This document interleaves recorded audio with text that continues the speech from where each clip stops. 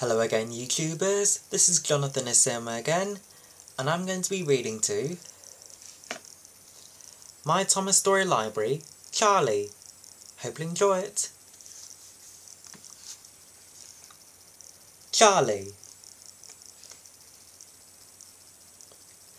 This is a story about Charlie, a fun engine from the mainland. Thomas wanted to be as much fun as Charlie, but he learned that sometimes it's more important to be really useful. One morning, Thomas had some exciting news. His boiler was bubbling with pride as he stopped alongside his friend Percy at the washdown. "Hello, Percy," Thomas whistled. "The Fat Controller has given me a very special today.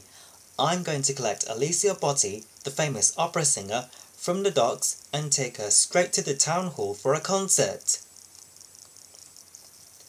Percy smiled at Thomas's excited face. "I have some news too," he peeped.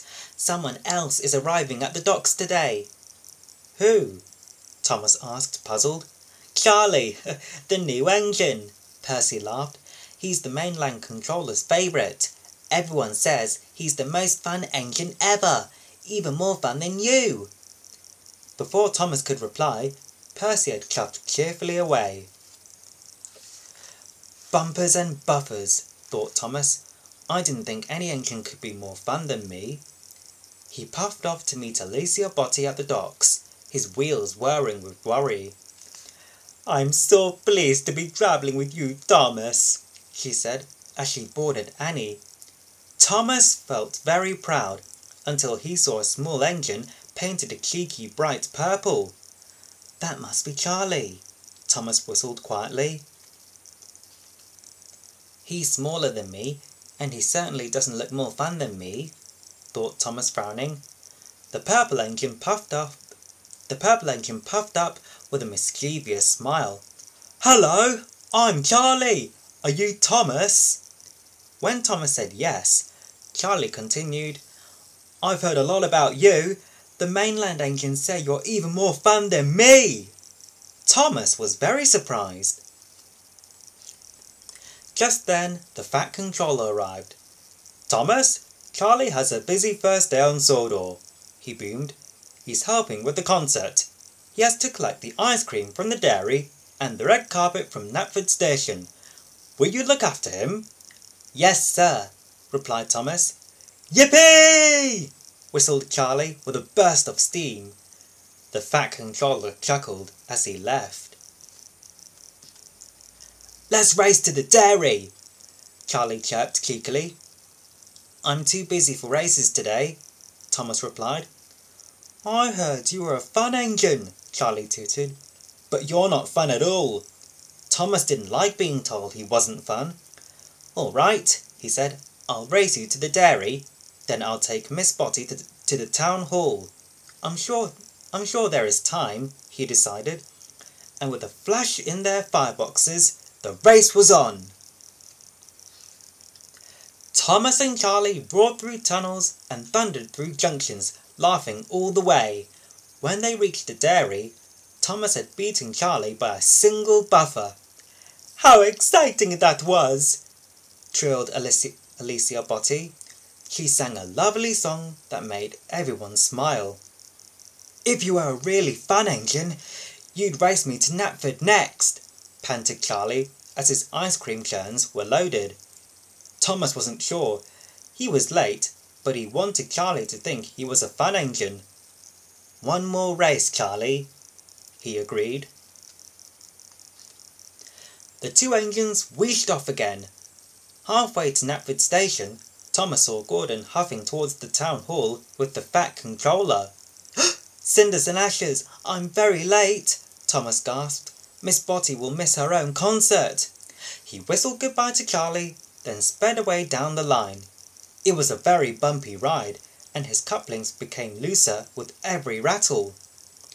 As he bumped onto the bridge, his coupling hook went snap!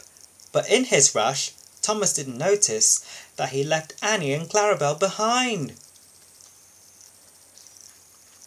At the town hall, Thomas steamed to a stop. "Here I am, sir," he whistled to the Fat Controller, who was waiting on the platform. The Fat Controller looked at Thomas sternly. "Here you are, Thomas," he boomed. "But where are Annie and Clarabelle? With Miss Botty?" Thomas's driver looked behind and had a terrible shock. The 2 carriages were missing. Thomas had been having fun when he should have been being really useful. "I'm sorry, sir.